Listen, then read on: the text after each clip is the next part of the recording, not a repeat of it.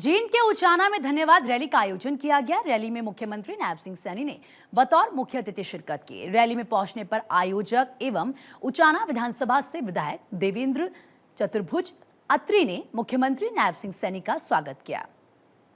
मुख्यमंत्री ने 103 करोड़ 31 लाख रुपए लागत की 5 विकास परियोजनाओं के उद्घाटन एवं शिलान्यास भी किए। देखिए हमारी खास रिपोर्ट। जींद के उचाना में धन्यवाद रैली का आयोजन किया गया। रैली में मुख्यमंत्री नायब सिंह सैनी बतौर मुख्य अतिथि शिरकत किए। रैली में उपस्थित जनसमूह को संबोधित करते हुए मुख्यमंत्री सैनी ने कहा, उचाना की भूमि परिश्रम, परंपरा और प्रगति का संगम है। ये हरियाणा की वो धड़कन है जहां किसान का पसीना मिट्टी में मिलता है तो देश के अन्न भंडार भर जाते हैं। जब यहाँ का युवा संकल्प लेता है तो पूरी दुनिया में भारत की प्रतिभा का परचम लहराता है।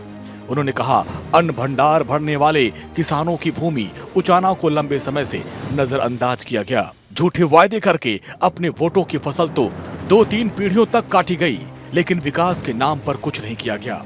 लेकिन अब राज्य सरकार ने विकास के मामले में इस क्षेत्र का हक सूद समेत लौटाने का काम किया है और आगे भी ये काम जारी रहेगा। इस अन्न भंडार भरने वाले किसानों की भूमि को लंबे समय से नजरअंदाज किया गया था। झूठे वायदे करके आपके वोटों की फसल तो 2-2, 3-3 पीढ़ियों तक काटते रहे हैं, लेकिन विकास के नाम पर कुछ नहीं किया है। हमने इस क्षेत्र का हक सूद समेत लौटाने का हमारी सरकार काम करेगी और कर रही है। मुख्यमंत्री ने कहा, हमने राजनीति को केवल सत्ता का साधन नहीं बल्कि सेवा का माध्यम माना है। 11 साल के कार्यकाल में 98 सीएम अनाउंसमेंट हुई, 78 का काम पूरा हुआ, 15 का काम प्रगति पर है।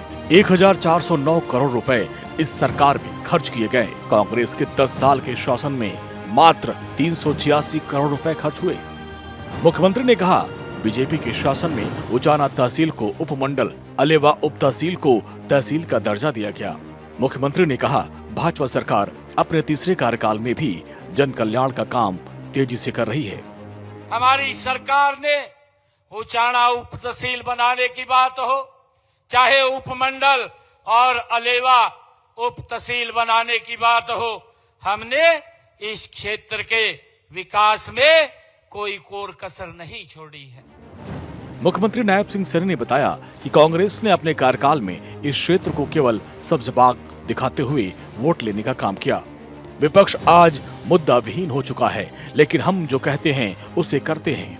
उसका प्रमाण ये है कि हमने पिछले विधानसभा चुनाव में अपने संकल्प पत्र में 217 संकल्पों में से 60 को 1 साल के अंदर पूरा करके दिखाया। विपक्ष आज मुद्दा वहीन हो चुका है। आज विपक्ष के पास मुद्दा नहीं बचा है, और क्योंकि उनके कार्य जो ऐसे थे, वो तो जब वोट लेते थे, वोट के समय तो आकर के बड़े बड़े सजग आग दिखाते थे, वोट लेकर के उनको भूल जाते थे और जनता को भी नजदीक नहीं लगने देते थे। मुख्यमंत्री ने कहा, कांग्रेस और आम आदमी पार्टी मिलकर चुनाव प्रक्रिया लड़ती है। कुरुक्षेत्र में भी लोकसभा चुनाव के दौरान इन्होंने ऐसा ही किया था, लेकिन जनता ने इन्हें सबक सिखाने का काम किया। उन्होंने कहा, आम आदमी पार्टी ने पंजाब में वायदा किया था कि 1000 रुपए महिलाओं को देंगे। अब चुनाव में सिर्फ 7-8 महीने बचे हैं, लेकिन अभी तक वहां कुछ नहीं हुआ। जबकि हरियाणा में बहनों बेटियों को आर्थिक और सामाजिक सुरक्षा प्रदान करने के लिए सरकार ने दीनदयाल लाडो लक्ष्मी योजना की शुरुआत की है। इस योजना के तहत 2100 रुपए वित्तीय सहायता दी जा रही है। अब तक 9,22,000 से अधिक बहन बेटियों को 634 करोड़ रुपए दिए जा चुके हैं। कांग्रेस ने मात्र इस क्षेत्र के विकास के लिए 386 करोड़ रुपए खर्च किए। हमारी सरकार ने 1409 करोड़ रुपया इस क्षेत्र के विकास के लिए खर्च किया है। मुख्यमंत्री नायब सिंह सैनी ने कहा, सरकार की नियत, नीति और अंत्योदय के संकल्प पर प्रदेश में तीसरी बार डबल इंजन की सरकार बनी है। उचाना के विकास के पहिए को अब और भी तीव्र गति दी जाएगी। यहाँ की खुशहाली में कोई कोर कसर नहीं बाकी रहने दिया जाएगा। उन्होंने कहा कि धन्यवाद रैली केवल कार्यक्रम नहीं बल्कि ये संदेश है कि उचाना अब विकास की राह पर तेजी से आगे बढ़ रहा है। राज्य में तीसरी बार सरकार बनने पर बीजेपी सरकार में विकास की रफ्तार लगातार बढ़ती जा रही है। उन्होंने कहा उचाना में विकास तेजी से करवाया जा रहा है।